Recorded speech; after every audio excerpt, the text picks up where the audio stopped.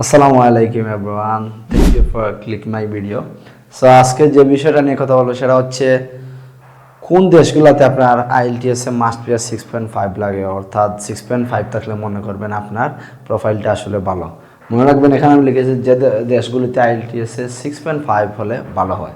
প্রথম হচ্ছে আপনার কানাডা। মনে রাখবেন কানাডার ম্যাক্সিমাম ইউনিভার্সিটি আপনার আইএলটিএস রিকোয়ারমেন্ট হচ্ছে 6.5 উইথ নোবেল লেস দেন 6, অর্থাৎ আপনার যদি 6.5 থাকে তাহলে মনে করবেন আপনার জন্য কানাডা একটা সুইটেবল কান্ট্রি, রাইট? এবং আপনার ভিসার একটা রেশিও বেড়ে যাবে। পরে হচ্ছে আপনার অস্ট্রেলিয়াতে যদি আপনি 6.5 নিয়ে মনে করেন আপনার ফাইলটা দাঁড় করান তাহলে মনে রাখবেন আপনি একটা স্কলারশিপের অপরচুনিটি পাবেন। তারপর হচ্ছে ডেনমার্কে মনে রাখবেন আপনি 6 দিয়ে প্রাইভেট ইউনিভার্সিটিতে অ্যাপ্লাই করবেন এবং আপনার খরচ অনেক বেশি হবে। আর যদি আপনি 6.5 থাকে তাহলে আপনার সেক্ষেত্রে খরচও কমে আসবে এবং আপনি 10 থেকে 12 লাখ টাকা যেতে পারবেন যদি আপনার 6.5 থাকে এবং পাবলিক ইউনিভার্সিটিতে। তারপর হচ্ছে আপনি ইউএসএ। মনে রাখবেন ইউএসএতে যখন আপনার IELTS 6.5 থাকবে তখন আপনার ইন্টারভিউ সহজ হবে এবং আপনি স্কলারশিপ যখন পাবেন তখন ভিসা ইন্টারভিউর অফিসার আপনার উপর একটা আস্থা রাখবে যে আপনি অবশ্যই জেনুইন স্টুডেন্ট পড়ালেখার জন্য যাচ্ছেন।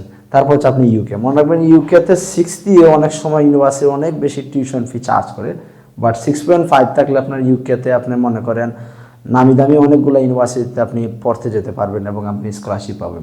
এই 5টা দেশে যদি আপনার 6.5 থাকে তাহলে আপনি মনে করেন আপনার প্রোফাইলটা ভালো এবং আপনার ভিসা রেশিও বেড়ে যাবে, প্লাস স্কলারশিপ পাবেন এবং যার ফলে আপনার ফিউচার লাইফ খুবই ডেভেলপ হবে। Thank you so much.